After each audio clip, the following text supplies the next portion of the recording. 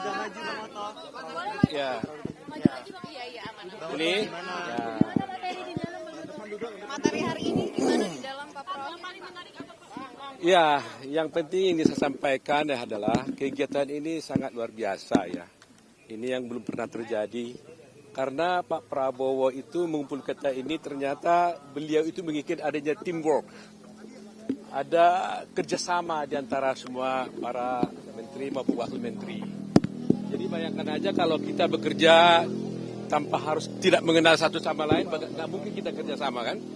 Jadi dengan ini sekaligus satu lempar dua kena itu. Pertama kita menjadi kenal satu sama lain, berinteraksi, saling berbicara, berdiskusi, sehingga nanti dalam pelaksanaan kerja kita akan menjadi lebih luas, lebih lancar. Nah, di samping itu kita juga tadi mendapat beberapa pencerahan-pencerahan daripada pembicara-pembicara yang sangat bagus sekali.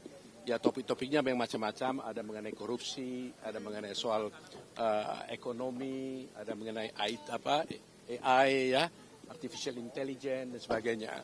Jadi paling tidak ya ini membuka cakrawala pemikiran karena kita yang ada di sini kan dari dunia yang berbeda-beda. Seperti saya ini kan lawyer, practicing lawyer yang sudah 40 tahun gitu ya.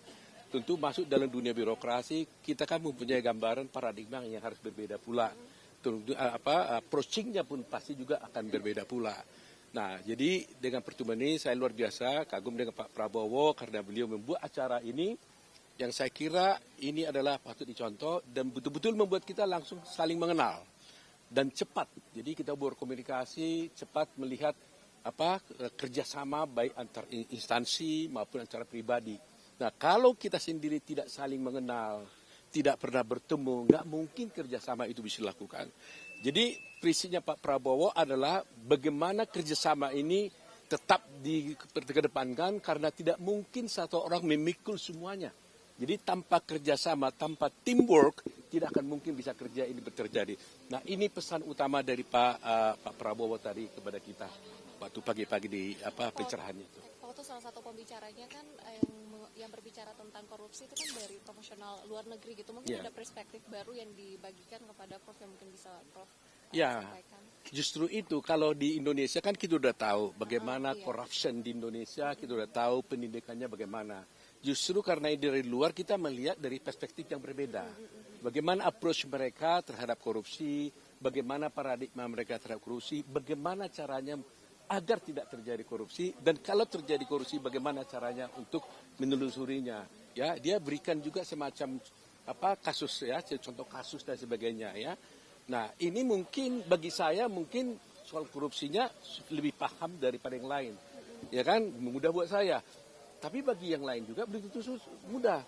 Sama dengan ketika ada pembicaraan tentang ekonomi, ya kan? Artificial intelligence, saya kan nggak expertnya, tapi dengan itu saya mungkin lebih sulit daripada teman-teman dari bidang ekonomi. Tapi dengan adanya kesamaan berpikir tadi, paling tidak ya, memang kita bekerja sesuai dengan kemampuan kita, sesuai dengan expertise kita, tetapi dengan adanya kerjasama ini saya kira ke depan akan lebih mudah. Itu saya kira ingin saya sampaikan. Aduh, banyak nama-namanya tadi ya, ada yang ya. Ada, lupa saya tadi namanya. Banyak ada dari Korea, ada juga dari Amerika gitu ya. Hah? Ya, betul. Sangat terkenal sekali mereka kan. 40 tahun jadi lawyer mungkin ada unek-unek yang dari dulu pengen membenahi Indonesia dan ini saatnya ada nggak Pak Oto kira-kira aspirasi itu? Ya, tentunya sebagai lawyer tentunya kita hanya ingin bagaimana bisa berkontribusi agar negara lebih baik ke depan. Bagaimana bentuknya tentunya kan kita belum dilantik nih ya. Mungkin terlalu dini kalau saya berbicara tentang itu, ya kan. Tetapi tentunya niat pasti ada. Kalau kita tidak ada niat yang baik, nggak mungkin kita menerima tugas ini. Itu aja. Tanggal 21 nanti kan katanya ada pembekalan tambahan. Udah ada undangan belum untuk wamennya atau itu untuk menterinya saja begitu? Tadi pertemuan ini kan ada wamen, ada wamenko juga tadi kan. Nah untuk 21 kita belum tahu data sih, tapi yang kita tahu 21 itu ada ya memang semacam rapat kabinet mungkin. Bukan pelantikan ya, 21 itu pelantikan.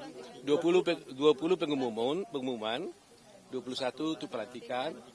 22 itu mungkin ada rapat kabinet, baru 23 ke Magelang. Kira-kira begitu. Tapi pastinya nanti tentunya mereka yang beritahu nanti ya. Terima kasih banyak. Thank you Bang Oto. Ya, oke ya. Kanilu. Yuk. Kanilu.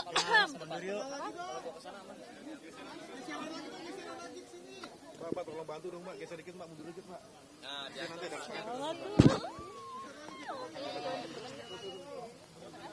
sama-sama enak nanti. Ini kan kita yang ditanya. Agak mundur ya, Pak.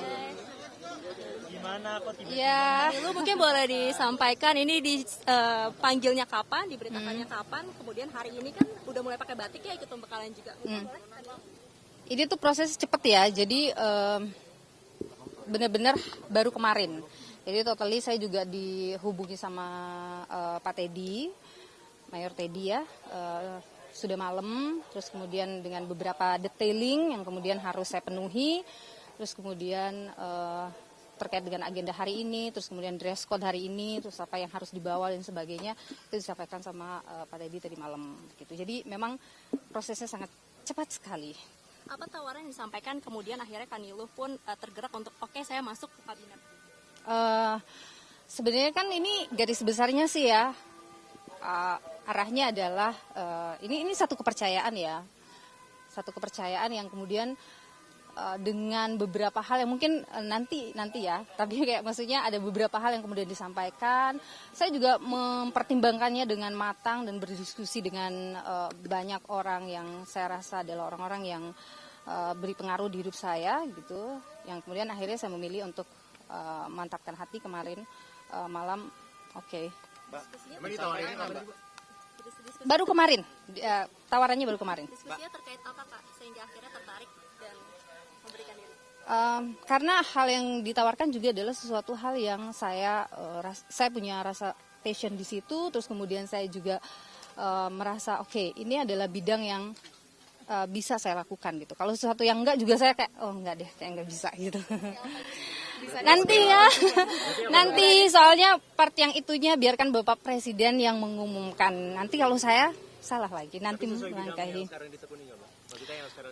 Sesuatu hal yang saya sukai, sesuatu hal yang juga mengakar dengan saya, sesuatu hal yang saya tumbuh bersamanya. Kesejahteraan tentang ketenagakerjaan mungkin atau apa gitu? Nanti aja ya. Mbak, ini kan notifikasinya H-1, Mbak. Tapi dulu pernah ada sinyal-sinyal nggak sih sebelum H-1? Tidak pernah sama sekali. Tidak pernah ada sinyal apapun. Ini totally saya juga kaget dan saya juga bertanya, kenapa saya?